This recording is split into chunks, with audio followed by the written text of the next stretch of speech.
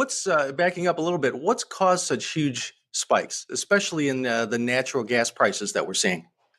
Yeah, so back in mid 2021, so July, August of 2021, there started to be some serious supply issues.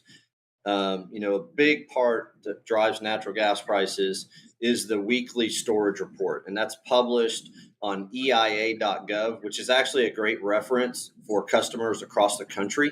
It's probably the best information source as it relates to energy and how it affects consumers.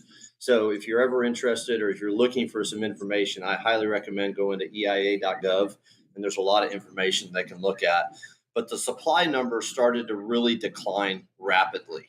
And part of that was we had a very, very warm winter in 2021. And a lot of people don't think that a lot of natural gas is used during the summer. Well, it is, because it's used in cooling, just as it is in heating for you folks up in you're up in sitting in Illinois today, and I sit down in Texas. You said it was 40, it's 75 down here today. So, we're using AC and you're using heat today.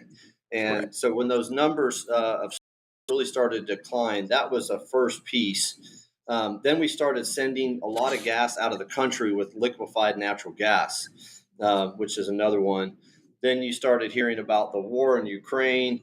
They're trying to get gas and they're not able to get their gas from Russia. So more of that gas, LNG, is coming out of the U.S., it's coming out of Australia and other sources. So those were two of the biggest things that really affected natural gas prices.